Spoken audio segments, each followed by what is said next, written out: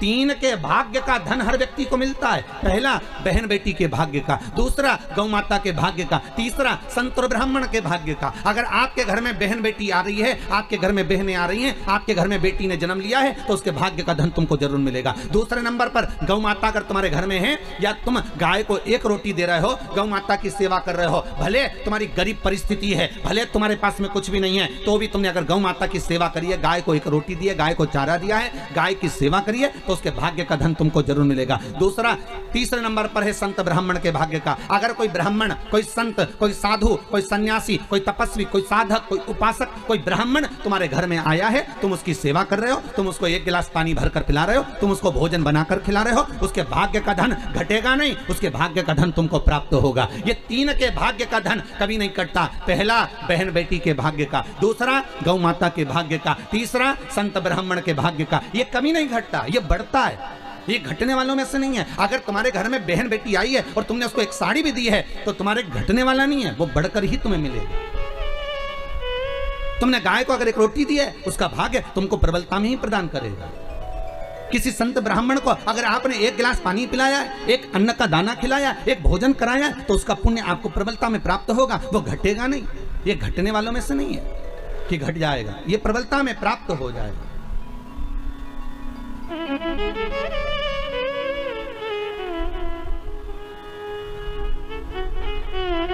कई लोग कहते हैं भगवान ने कृपा करी, हमारे घर में तो बेटा हो गया, बेटी नहीं है, भगवान की कृपा थी कि बेटी नहीं है। हम कहते हैं किस्मत वाले नहीं हो, भाग्य बेकार है आपका अगर तुम्हारे घर में बेटी नहीं है तो।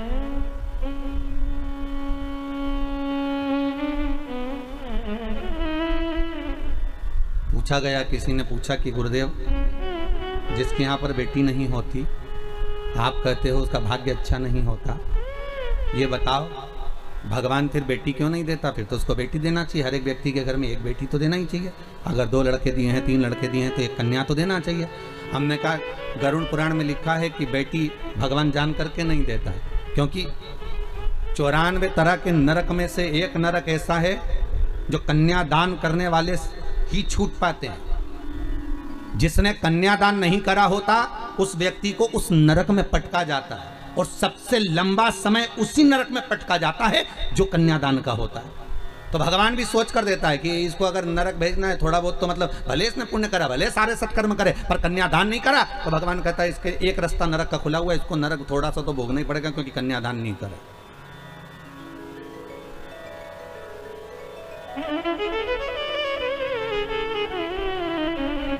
कुछ सहज नहीं है बेटा। यमुना नेत्र बंद करती है,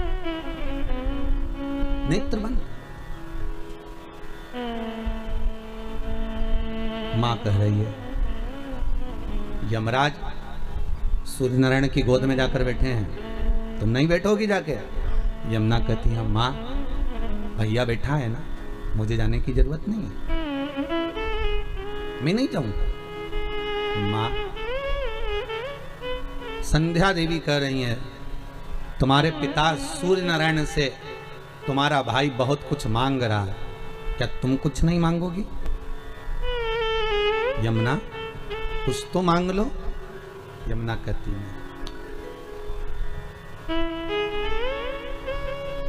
मैं नहीं मांगूंगा। 12 वर्ष की यमुना जी हो गई। कितने साल की हुई? 12 वर्ष। इस कथा को आपने सुना ना सुना, पर आज यमुना छठ है, यमुना जी का प्रागट्य दिवस है। श्रीमद् वल्लभाचार्य जी ने यमुना जी के महत्व को बहुत दर्शाया। नमामि यमुना महम सकल सिद्धि हे तुम मुदा मुरारी पद पंकज स्फुरंद मंदकंठमा तटस्थ नवकानना प्रगट मोद पुष्पाम्बुना सुरसुरस पूजिते स्मृतम श्री विवृति। यमुना के एक एक महत्व का व्याख्यान वर्णन श्रीमद् वल्लभाचार्य जी ने कहा।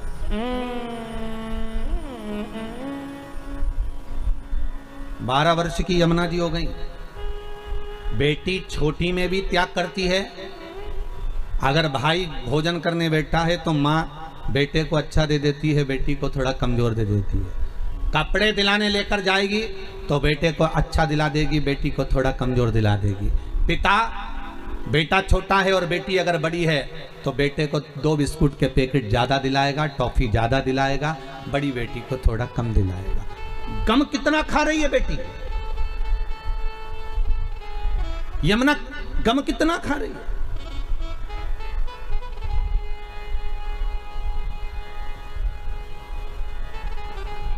दिला दिया। बड़ी हो गई, 12 वर्ष की हो गई।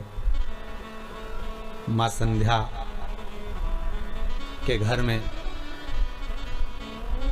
और 2 बच्चों का जन्म हो गया, और 2 जन्म, ताप्ती और शनि। एक लड़की और हो गई, क्या नाम था? ताप्ती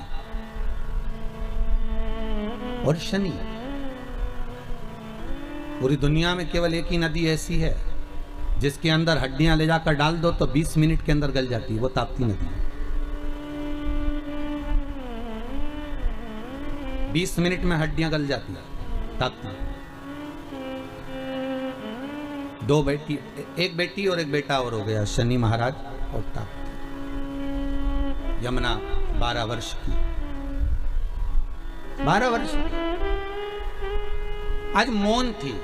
ताप्ती ने पूछ लिया, ताप्ती बोली, यमुना तू बहुत मौन रहती है, कुछ बोलती क्यों नहीं है? तेरे मन में क्या है? तू कुछ तो बोल।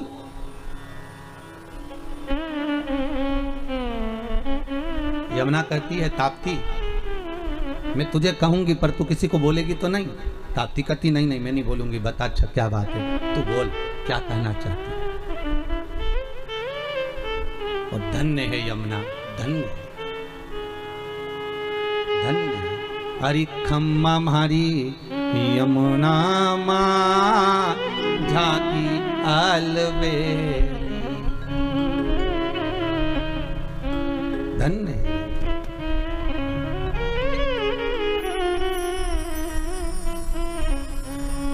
पाँव पे जनिया चुड़ला जिसो है,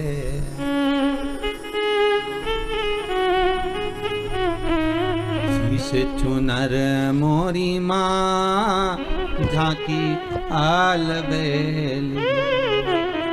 हरि खम्मम हरि यमुना माँ झांकी अलबेली। धन्य है यमुना, तू धन्य।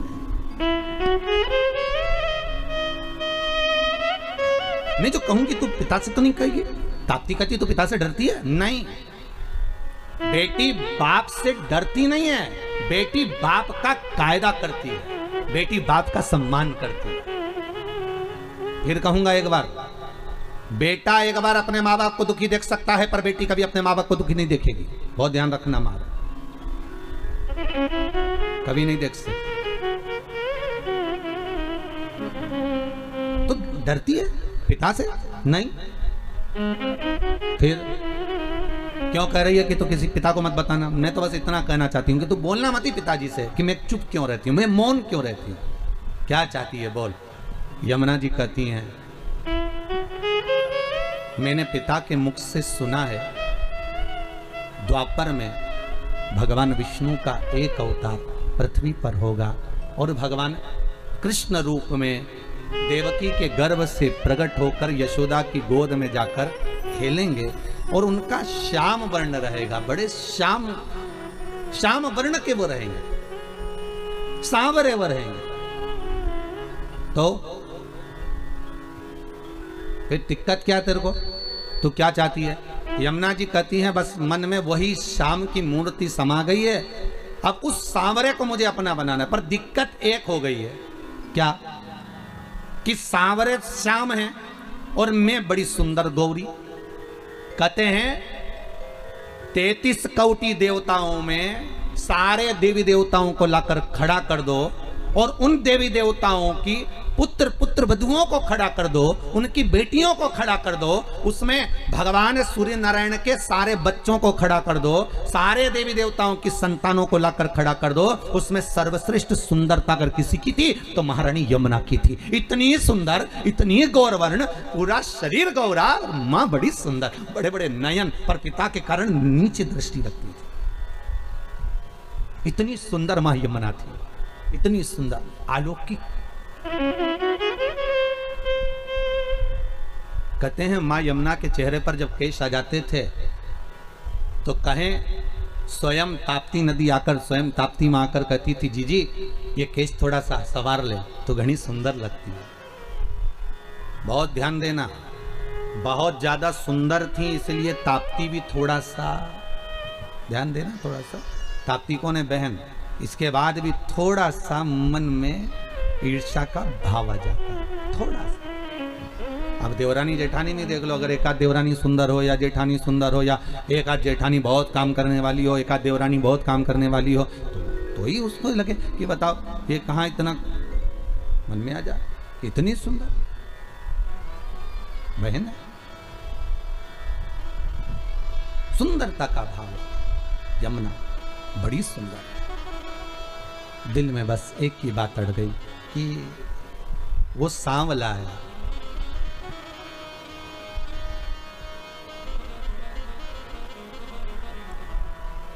एक हमारी माँ, हमारी अम्मा, हमारी माता जी शादी में एक गीत गाती थी बन्ना बन्नी में, वो हमको याद आता है कभी कभी यमुना जी के प्रसंग में। मैया मन में यही पछतावना, बन्ना बन्नी में हमारी माँ गाया करती तो हमको थोड़ा सा याद है कि मैया मन में बड़ा पछतावना, मैं गोरी रही री बरसावरा, बन्नी काहे करे पछतावना, तेरी मैया गोरी री पिता सांवरा। हमारी माँ गाया करती है। तो शायद यमुना जी का प्रसंग वही वर्णन कर रहा है कि मैं इतनी गोरी, मैं इतनी सुंदरवान, और मैं जिसको स्नेह करती हूँ, जिसको मैं अपना द्वापर में जाकर बनाना चाहती हूँ वो सांवरा है। मेरे पिता कह रहे हैं कि वो श्याम वर्ण का है, वो सांवरा है।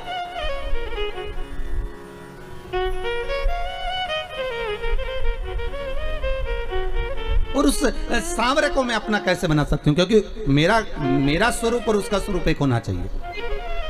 मैं क्या करूं तू बता। तब ताप्ती ने बड़ा सुंदर भाव कहा, एक काम कर, कृष्ण को पाने के लिए बहुत सुंदर संवाद तुलसीदास जी ने भी लिखा है। जब तक तुम्हारे हृदय में शंकर नहीं बैठेगा, तुलसीदास जी कहते हैं, तब तक तुम राम कथा में प्रवेश नहीं कर सकते। जब तक राम तुम्हारे अंदर नहीं आ सकता। कब आएगा राम? जब तुम शंकर की कथा में प्रवेश करोगे। राम कब मिलेंगे? जब तुम शिव कथा में प्रवेश करोगे। कृष्ण कथा कब मिलेगी? जब तुम शंकर की कथा में प्रवेश करोगे। इसलिए राम कथा की शुरुआत तुलसीदास जी, वाल्मीकि बाबा शंकर की कथा से करते हैं, और श्रीमद् भागवत की शुरुआत वेद व्यास जी शिव कथा से करते हैं, शंकर की कथा से शुरुआत करते हैं। भागवत जी को भी उठाकर देखिए, शिव की कथा प्रथम में आएगी, फिर बाद में सारी कथा चालू होगी। राम कथा को उठाकर देखिए, शिव कथा प्रथम में आएगी, इसके बाद रामचरितमानस चालू होगी। विष्णु पुराण उठाकर देखिए, सबसे पहले शंकर का प्रसंग आएगा। अगर हमें जिस देवता की आराधना करना है, स्वयं देवी भागवत, नवरात्र में अगर आप देवी भागवत पढ़ रहे हो, नवरात्र में अगर देवी भागवत को सुन रहे हो, तो देवी भागवत का विस्मरण करोगे तो सबसे पहले शंकर की कथा आएगी। सारी पुराणों में सबसे पहले शंकर को लाकर दिया गया। क्यों? क्योंकि शंकर की अगर कथा में तुम प्रवेश कर गए, शंकर का स्नेह तुमने पा लिया, शंकर का अनुमोदन अगर तुमने कर लिया, शिव स्मरण में अगर तुम डूब गए, तो तुम्हें जिस देवता का तुम भजन कर रहे हो उसको पाने में देरी नहीं लगेगी, वो मिल जाएगा। पर दुनिया इतनी विचित्र है कि सारे देवता को रिझाना पसंद करती है, शंकर के पास बाद में जाती है। और बाद में कब जाएगी? जब कोई बीमार पड़ गया, किसी का एक्सीडेंट हो गया, कोई बहुत ज्यादा बेकार हालत में पड़ गया, तब पंडित जी को फोन लगा के बोलेंगे महामृत्युंजय का पाठ कर दो। पंडित जी मन में सोचे, ये तो कभी शंकर जी के नहीं रिझाती थी, ये कभी तो शंकर का नाम नहीं लेती थी, ये शंकर का कभी भजन नहीं करती थी, सारे मंदिर गई पर शिव जी के मंदिर कभी नहीं गई, कभी एक लोटा पानी नहीं चढ़ाया, कभी शंकर का अनुमोदन नहीं करा, और उल्टा कहती थी कि हम शंकर का प्रसाद नहीं लेते, और उल्टा कहती हम शंकर के मंदिर नहीं जाते। बताओ, अब एक तरफ तो ये कह कि शंकर के मंदिर नहीं जाऊं, प्रसाद नहीं लो, और आज जब दुख की घड़ी आई तब शिव याद आ गया, तब शंकर याद आया, तो भी शंकर के मन में अभिमतता नहीं। शंकर कहते हैं भले बाद में आया तो मेरे करीब में।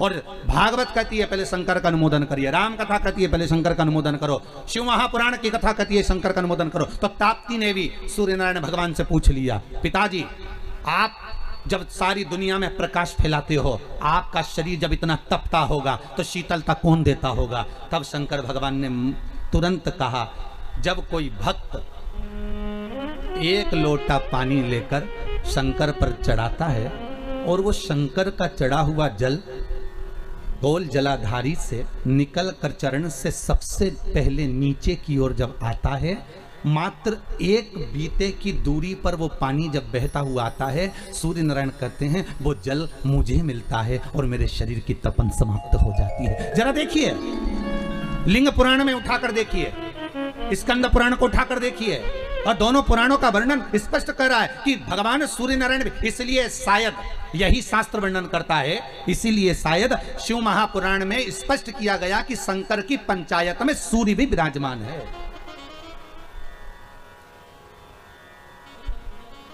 शंकर जी की पंचायत का मंदिर है क्या पांडे तारा में कहीं? शिव पंचायत का? अरे बोलो तो सही, शिव पंचायत का कोई मंदिर है? नहीं है। शिव परिवार का तो होगा, पर पंचायत का नहीं होगा।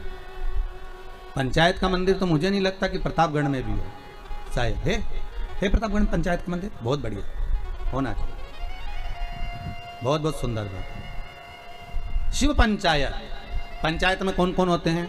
शंकर, दुर्गा जी, सूर्य नारायण भगवान, भगवान नारायण और गणेश जी महाराज, बस ये पंचायत। और परिवार में कौन कौन होते हैं? पार्वती, कार्तिकेय, गणेश, शिव, नंदी, ये परिवार। शिव पंचायत में केवल 5, और शायद इसीलिए शिव महापुराण की कथा में जो पंचायत का महत्व कहा गया, उस पंचायत में सूर्य की भागीदारी जो कही गई है कि एक बीता। आपके यहाँ अगर कहीं पर आपने शिवलिंग का दर्शन करा होगा, ये शिवलिंग है, ये जलाधारी है, ये पानी निकलने का स्थान है। यहाँ से जहाँ से पानी नीचे गिर गया और गिरने के बाद जब एक बीते तक जाता है, उस एक बीते पर सूर्य नारायण भगवान का भाग चालू हो जाता है। एक बीते पर क्यों कहते हैं? जिसको चर्म रोग हो जाता है, जिसका शरीर सफेद पड़ गया, चमड़ी बेकार हो गई, काला पड़ गया, शरीर में कहीं चट्टे पड़ गए, कहीं शरीर में दाने पड़ गए, पूरा चेहरा बेकार हो गया, पूरा शरीर बेकार हो गया, तो क्यों कहते हैं कि एक बीता जब पानी बह जाए, उस बहे पानी को हाथ का लेपन कर कर शरीर पर लगा लिया जाता है, शरीर ठीक होने लगता है, सूर्य का भाग वहां से चालू हो जाए।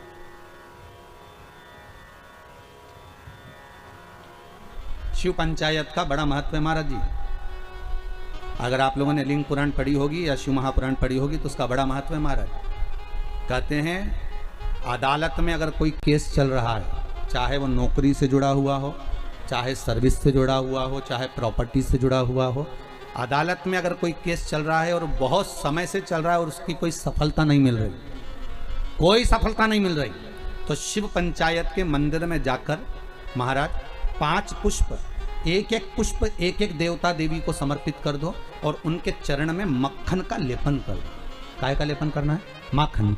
माखन का लेपन कर दो और 5 देवताओं के सामने चौमुखी 5 दिए लगा, 4 बत्ती के घी के, गाय के घी के, एक एक देवता के सामने एक एक दिया लगाओ पंचायत का, और काम ना कर कर वापिस लौट कर आ जाइए। वो केस विजयता अगर देगा तो आपके पक्ष में ही देगा, हार नहीं सकते। शिव पंचायत का बहुत प्रबल भाव है महाराज, शिव पंचायत कोई साधारण नहीं होती।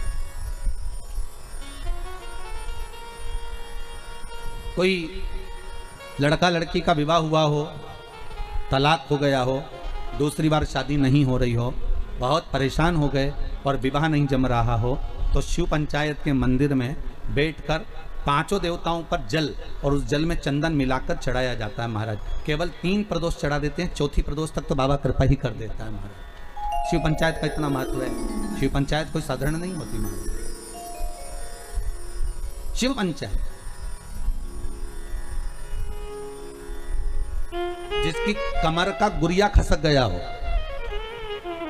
या घुटने की हड्डी खसक गई हो, या हाथ पैर कहीं की भी कोई हड्डी खसक गई है महाराज, और डॉक्टर अपना काम कर रहे हैं, गुरिया नहीं जम रहा, और आपको केवल दवाई से ही अच्छे होना है, तो मूंग, हरी जो मूंग होती है, वो शिव पंचायत के मंदिर में कम से कम 5 या 7 दिन तक चढ़ाएं, उसी मूंग को वापस उठा कर लाएं और उसको सुबह सुबह पानी में गलाकर खाना चालू कर दे। बाबा चाहेगा तो 15 दिन नहीं लगते, गुरिया अपनी जगह पर बैठ जाता। शिव पंचायत, शिव पंचायत का बड़ा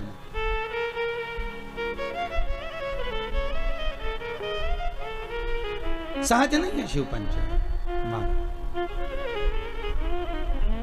तो भगवान शंकर की कथा कर रही है। अगर कहा मान लो मैंने कह दिया, ताप्ती कहती है मैं पिताजी से पूछूं, तो पिता से कहा पिताजी आपके शरीर पर इतनी ताप पड़ती है, ए बाबुल ए पिता।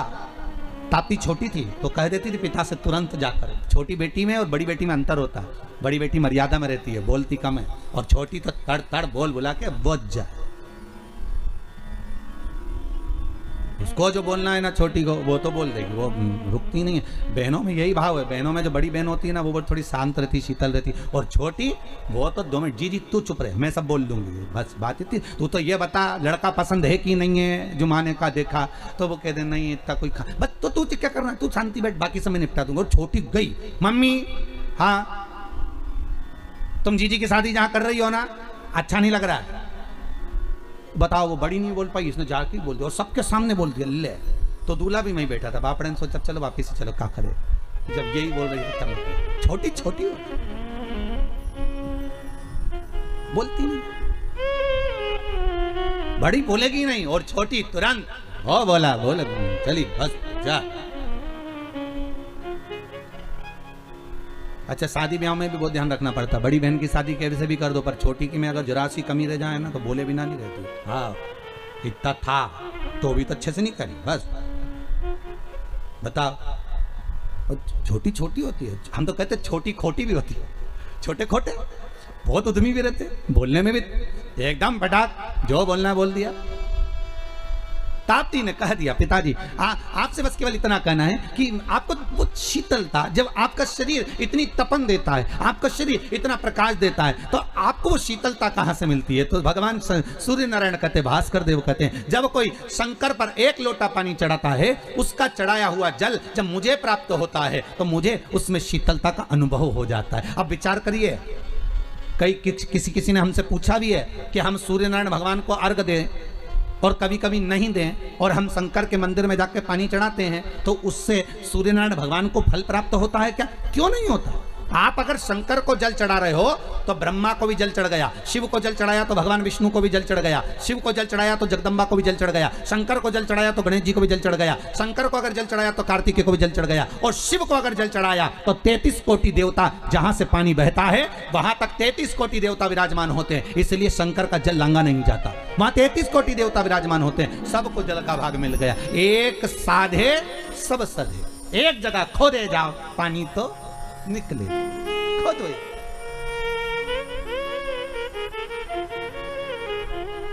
मिल गया।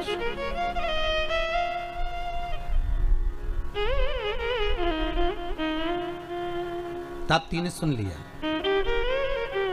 जी पिताजी को शंकर जी से भाग प्राप्त होता है, इसलिए तपन नहीं होती। मैं तुझे एक बात कहूं, तू ठाकुर जी को बाद में भजना, कन्हैया को बाद में प्राप्त करना, सांवरिया की तू बाद में हो जाना। पहले एक निवेदन करती हूं, पहले शंकर का अनुमोदन कर, शिव का अनुमोदन, शिव का स्मरण, हाँ शंकर का स्मरण, हाँ। यमुना जी बोली पर पिता से मेरे को ये पूछना पड़ेगा कि मैं शिव का स्मरण तो करूंगी, जब तो करूंगी तब तो करूंगी, पर फल कहां मिलेगा, फल कहां मिलेगा। बहुत ध्यान दीजिएगा महाराज। शिव महापुराण की कथा कहती है, देवलोक में कितना भी अच्छा काम कर लेना उसका कोई फल नहीं मिलता। फिर से बोलो एक बार, किस लोक में? देवलोक में। देवलोक में जाकर तुम भगवान का भजन करोगे उसका कोई फल नहीं मिलेगा। बहुत ध्यान दीजिएगा। देवलोक में जाकर तुम कथा सुनोगे उसका कोई फल नहीं मिलेगा। देवलोक में जाकर तुम दान दोगे उसका कोई फल नहीं मिलेगा। देवलोक में जाकर तुम एकादशी का व्रत करोगे उसका कोई फल नहीं मिलेगा। देवलोक में जाकर तुम चाहे अन्नदान करो, वस्त्र दान करो, स्वर्ण दान करो, मुद्रा दान करो, कन्या दान करो, गौ दान करो, उसका कोई फल नहीं होगा। फल केवल मृत्यु लोक में ही मिलता है। तो यमुना जी ने पूछा अपने ताप्ती से, और ताप्ती के साथ संध्या देवी से, और सूर्य नारायण की साक्षी थी। आज पहली बार यमुना मैया मुख से शब्द निकाल कर कहती है, पिताजी मैं अगर शंकर की पूजन करूंगी तो मुझे फल मिलेगा क्या देवलोक में? अरे किस्मत वाले हो मृत्यु लोक में रहने वाले। इस पृथ्वी पर जन्म अगर तुम्हारा हुआ है तो तुम किस्मत वाले हो। इस भूमंडल पर अगर आप पैदा हुए हो तो किस्मत वाले हो।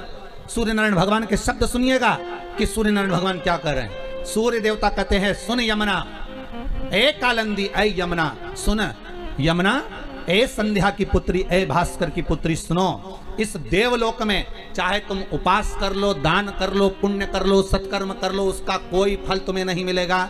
अगर तुम्हें फल चाहिए तो तुम्हें मृत्यु लोक में जाना पड़ेगा। तो यमुना जी बोली, पिताजी मैं मृत्यु लोक में जाऊंगी और वहां अगर मैं तप साधना करूंगी तो मुझे फल मिलेगा? क्यों नहीं मिलेगा? मृत्यु लोक की भूमि केवल एक ऐसी भूमि है, देवलोक में देवता बसते हैं, मृत्यु लोक में महादेव बसता है। मृत्यु लोक की भूमि केवल एक ऐसी भूमि है जहां पर अगर व्यक्ति थोड़ा सा भी भजन करता है, पुण्य करता है, दान करता है, सत्कर्म करता है, नाम जाप करता है तो उसका किया गया फल उसको तुरंत प्राप्त हो जाता है। कथा के दूसरे दिन की कथा याद करिए। आपको कहा था एक व्यक्ति इतना कंजूस था, उसने केवल कचरे का दान दिया था और सांप अंदर आ रहा है और वो कचरा उसको रोक रहा है। हमारा किया गया दान, हमारा किया गया पुण्य, हमारा किया गया सत्कर्म, हमारा किया गया भजन, हमारे द्वारा किया गया गौ माता को दान, हमारे द्वारा किया गया मंदिर निर्माण में दान, हमारे द्वारा किया गया वृद्धजन को दान, हमारे द्वारा किया गया ब्राह्मण भोज को दान, हमने जो दान करा, चाहे कन्या को, गऊ को, जिस रूप में दान करा, हमारा करा दान हमारे सामने आकर एक ना एक दिन खड़ा जरूर होता है।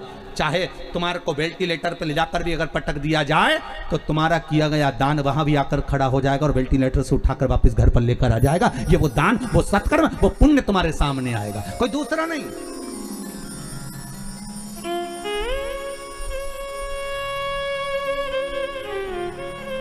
कोई पुण्य होगा।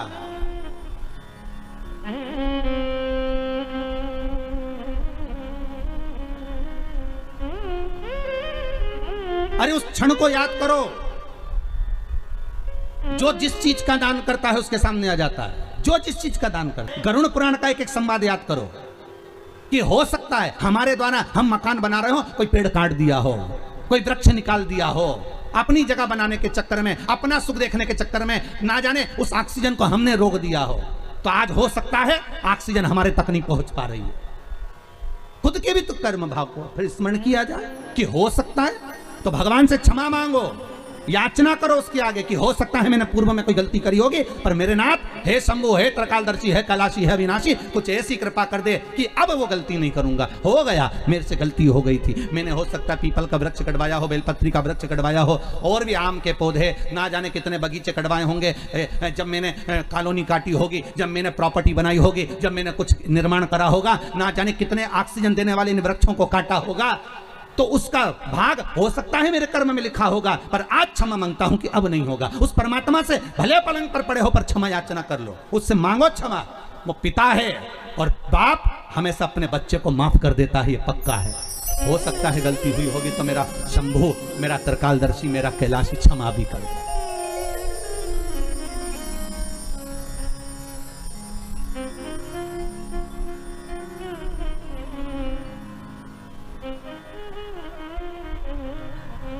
देने के लिए आतुरता।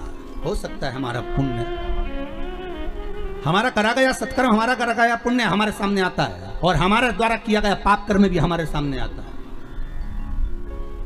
पाप कर्म भी हमारे सामने आता है।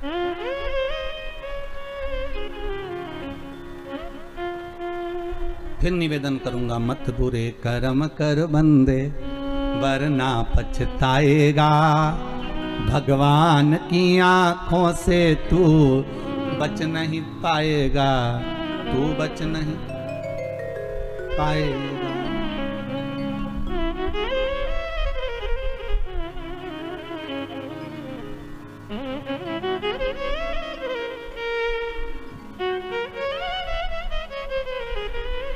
आज एक हमारे भुसावल महाराष्ट्र के एक शिष्य हैं, वो पुलिस में सर्विस करते हैं, ठीक है।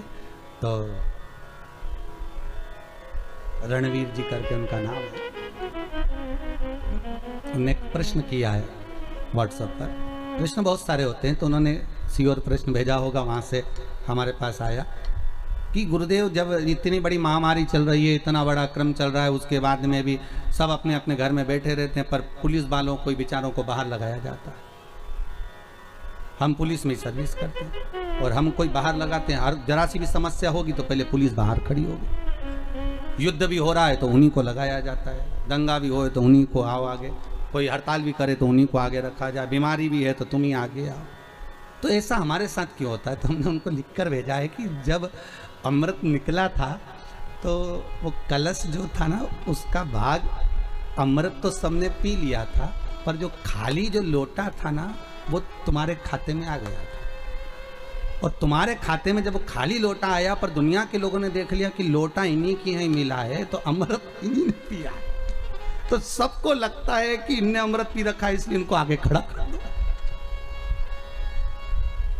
वो लोटा तुम्हारे पास में है, भले अमृत दुनिया ने पिया हो, और लोटा तुम्हारे पास है। तो दुनिया ये जानती है कि इनने अमृत तत्व को पी रखा है, इसलिए इनको आगे रखा जाए। और विश्वास रखकर जब आप आगे बढ़ते हो, विक्रम जी, हमने उनको कहा जब आप आगे बढ़ते हो विश्वास रखकर, तो बाबा भी तुम्हारा साथ देता, तुम घबराना नहीं। अगर महामारी में भी अगर आज आप सामने आकर सेवा दे रही है पुलिस प्रशासन, गवर्नमेंट, सरकार, डॉक्टर, सिस्टर, ये आदि कादिक जितने आगे आकर अगर सेवा दे रहे हैं, तो आपका साथ देने वाला वो शंभू बैठा है। बस आप सत्कर्म करना, उसका ध्यान अच्छे से करना, उसका स्मरण अच्छे से, वो सुख देगा, वो आनंद देगा। तुम्हें स्वयं भगवान की अमृत नाम मिल गया है तो फिर क्या टेंशन, क्या चिंता? सुख का भान हो, आनंद की अनुभूति हो। यमुना कर रही है कि मैं जाऊं। पिताजी, अगर आप कहते हो कि पृथ्वी पर जाने पर ही फल मिलता है, देवलोक में करा हुआ कोई भी कर्म का फल नहीं है, पृथ्वी पर जाकर किए गए कर्म का फल है, तो मैं पृथ्वी पर जाना चाहती हूँ। भगवान सूर्यनारायण का तू पृथ्वी पर कहाँ जाएगी, किस जगह पर जाएगी और किसका भजन करेगी? तो सूर्यनारायण भगवान के सामने यमुना जी कहती है, बस जिस शंकर की आराधना मेरे पिता करते हैं उस शंकर का अनुमोदन मैं करूंगी। किस लिए करेगी? बस मेरा जो स्वरूप है गोरा, मुझे श्याम बनाना है, श्याम के साथ में रहना है, तो मैं कहाँ जाऊं? भगवान सूर्यनारायण ने कहा, मेरे ही द्वारा निर्मित है कालिंदगिरी पर्वत, मेरा ही एक स्वरूप है। कौन सा पर्वत? क्या नाम था? कालिंदगिरी। कालिंदगिरी पर्वत मेरा एक स्वरूप है। यमुना जाओ भूमंडल पर, तुम वहां जाकर तप साधना करो। कालिंदगिरी पर्वत पर यमुना जी चली गई, 12 वर्ष की थी, तप साधना में जो लगी, ऐसी तप साधना करी शंकर भगवान की, ऐसी तप साधना करी, ऐसी तप साधना करी, शंकर भगवान आ गए, कालिंदी मांग तुझे क्या चाहिए? कालिंदी? यमुना जी कहती मेरा नाम यमुना है। शिव कह रहे नहीं, तो कालिंदगिरी पर्वत पर बैठकर तप करिए, तेरा नाम कालिंदी होगा, बोल तुझे क्या चाहिए? यमुना जी कहती हैं, बस इतना कर दीजिए कि मैं जिस शाम का भजन करती हूँ उसके जैसा कलर कर दीजिए। शंकर भगवान ने कहा, उसके जैसा बनने के लिए तुझे एक काम करना पड़ेगा। क्या? जल के रूप में तू प्रवाहित होगी और मैं उस जल में एक डुबकी लगाकर बाहर निकलूंगा तो मेरा कलर तुझे प्राप्त हो जाएगा, मेरी भस्म तुझे प्राप्त हो जाएगी। जैसे ही भस्म तुझे मिलेगी तो श्याम वर्ण धारण कर लेगी। और यमुना ने तप साधना करते हुए जल का वेग लिया और उस जल में स्वयं शंकर भगवान ने बैठकर भगवान नारायण का स्मरण करा, तो भगवान का जो भस्म थी वो यमुना जी को प्राप्त होकर यमुना का कलर श्याम हो गया, श्याम यमुना हो गया। और यमुना का कलर जब श्याम हुआ, वही यमुना भ्रमण करती करती करती करती जब आगे बढ़ती बढ़ती ब्रजमंडल में पहुंच गई। ब्रजमंडल में पहुंचने के बाद भी यमुना का मन स्थिर नहीं हुआ। वो सांवरा कब मिलेगा, वो सांवरा कब मिलेगा? तो क्या द्वापर तो आन दो, द्वापर तो आन दो। ये कब की कथा है? ये कथा कब की है? सत्ययुग की। अभी आने वाला त्रेता फिर आएगा द्वापर।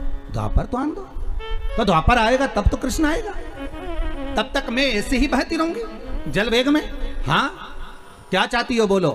तो कहा, जिस ब्रजमंडल में मेरा सांवरा, मेरा सांवरिया, मेरा कृष्ण प्रगटेगा, उस ब्रजमंडल में मेरा एक महल बनवा दो, मेरे ही जल के ऊपर, मैं उसमें बैठकर साधना करूंगा। यमुना के जल के ऊपर ही एक महल बनाया गया। उस महल में बैठकर यमुना 12 वर्ष की कन्या जब तप साधना में लीन हो गई, कई युग निकल गए, कहते हैं सतयुग गया, त्रेता गया, द्वापर आ गया, और यमुना उस कक्ष से, उस कुंज से, उस कमरे से, उस भवन से बाहर नहीं निकली। यमुना तप करती रही, और आखिरी में जब यमुना को सूचना मिल गई कि सांवरा प्रकट होकर मेरे घाट के नजदीक में आ गया, पहली बार जब ठाकुर छोटी सी अवस्था धारण कर कर बाहर आए तो वही उस कुंज में, उस भवन में प्रवेश कर गए और यमुना जी का हाथ पकड़ा, और भगवान कृष्ण खुद यमुना को निकालकर उस भवन से बाहर लेकर आ गए। यमुना को देखकर सांवरिया बोले, तू तो मेरे जैसी दिखती है, मेरा स्वरूप तुझे मिला, तू मेरे जैसी दिखती है। यमुना चरण पकड़ लेती है, कहती है, नाथ बस मैं आपकी ही होना चाहती हूं। भगवान ने कहा, चिंता मत कर, अभी नहीं, जब मैं बड़ा हो जाऊंगा, मथुरा छोड़ दूंगा, जब मथुरा से जाऊंगा तब कालंदी तुझे लेकर द्वारका जाऊंगा, तुम मेरे साथ चलना, मेरी पटरानी बनकर बैठना, जब तक अटखेलियां यहीं करेंगे, यहीं विराजेंगे। सहजता नहीं है यहाँ।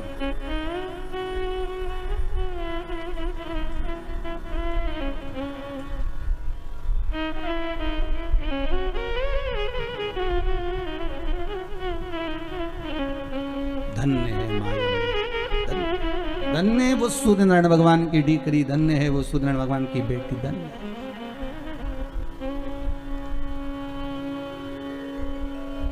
धन्य है, साधारण नहीं।